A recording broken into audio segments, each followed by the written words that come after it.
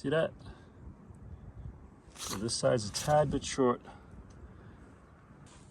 All right, so if you're following, this will be a 5-part series. We're gonna do the front axle drive shaft. This is a 2007 Honda CRV. It's my daughter's car. I tried to fix it by just changing out the tie rod bushings and all that. It didn't do it. It still shakes. She's complaining to me it still shakes. So check out that video. I just changed out the sway bar links and all that, tie rod links, and that didn't seem to do the job. So check out that video.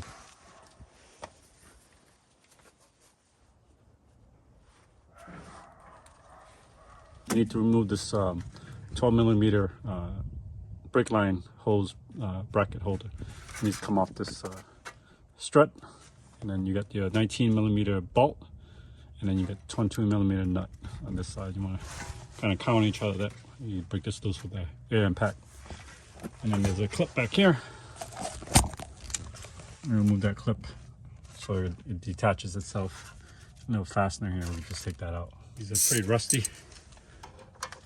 I did have this changed one time by a garage, so I don't know how much they tighten it, or even put some anti-seize on it.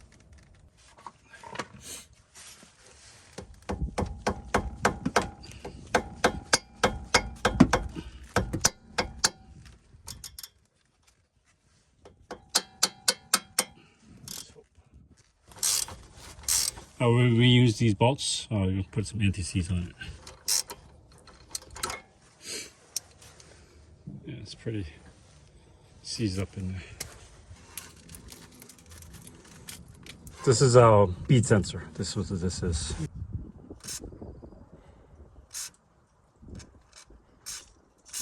That should come out now.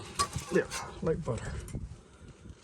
So some of the stuff I take out, if you watch my channel, I don't like stuff being in my way. You may not need to do that. Let's take off the hub with this. It's only being held on by a screwdriver, plus a Phillip. In my opinion, this does nothing. It just serves to maybe align the disc, but it shouldn't be tight. Yeah, it's because I put this on, I didn't tighten it that much, and I put anti-seize on top of it. Now it's kind of should pop right out. There it is. Now we're gonna take the tie rods out. This is 18mm,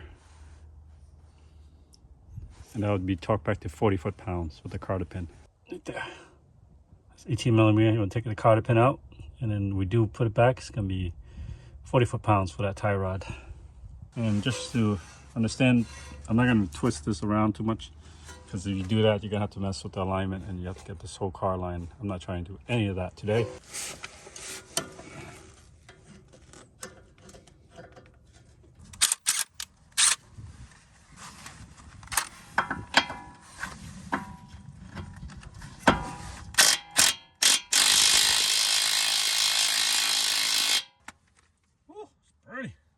What's recommended is putting the old bolt back on, like so, and then hit it up with a hammer. So it should look like this. If you just want to do the drive axle, this will get loose. That'll be loose. This peels down like that. You do need to take out this 36mm. You need to retorque it back down to 242 foot-pounds. Try to pin this part back a little bit more. It's hard because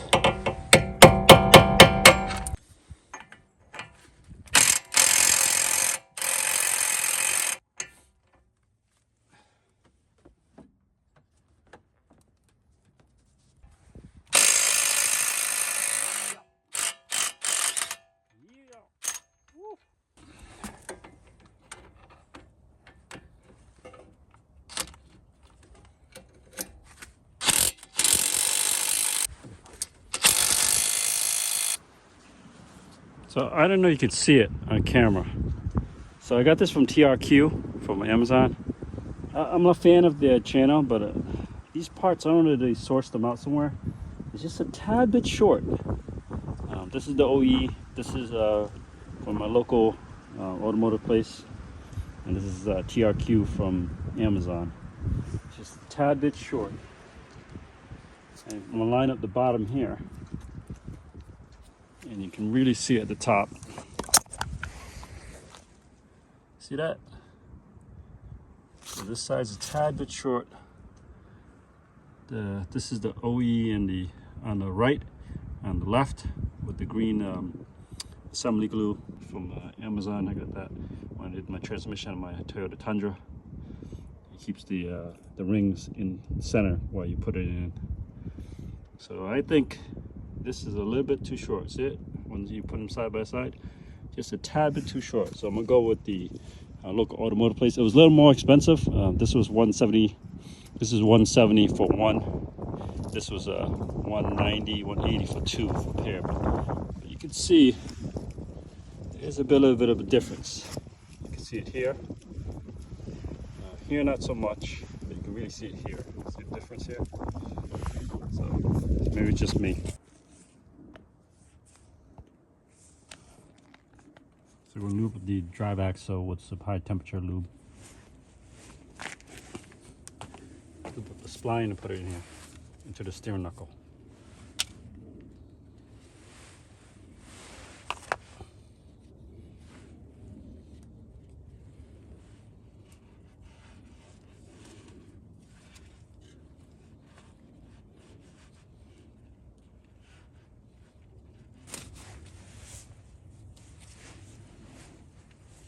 You may have to twist the wheel bearing to get it lined up with the spine.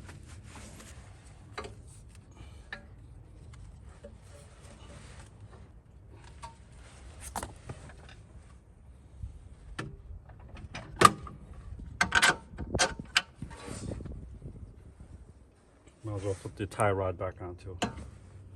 Bolt back on the strut. You're going to torque this down to 116 foot-pounds.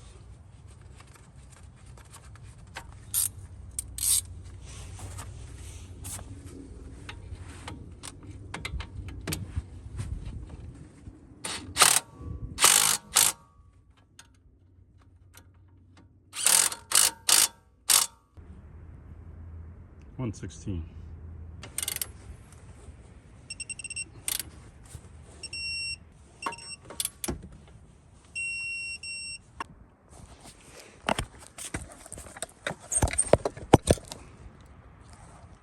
Tie rod's going to be 40 foot-pounds. I did put some blue Loctite on there because the cotter pin broke on me. Just make sure this doesn't go anywhere.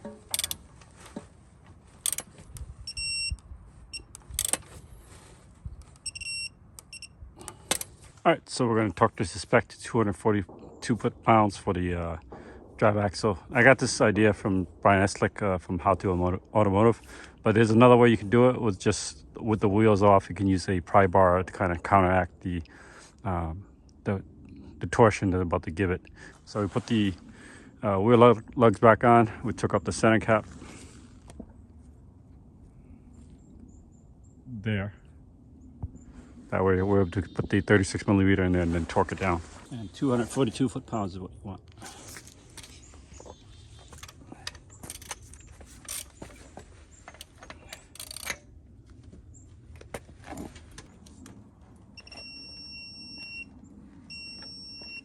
And take the wheel back off. So you gotta peen the center axle nut right there.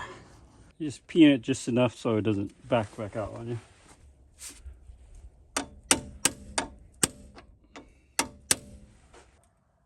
We're good there. And just have to pin that down, that way it doesn't back out as vibrations or something. 80 foot-pounds.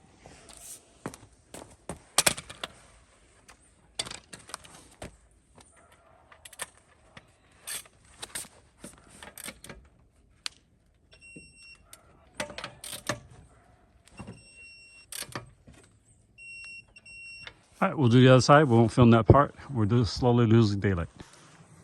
So that's how I put in a new drive axle. So I don't know, that was kind of off a little bit. That's a one-off where, you know, I got that part from Amazon and it didn't fit right. I didn't feel right about it. It was out by a couple of inches, maybe half an inch. It didn't sit well with me. So I went and got the aftermarket part from my local automotive place and was able to put that in, and then, you know, you were able to see that. If you join me for the next video, check that video out, how to do this whole front end here.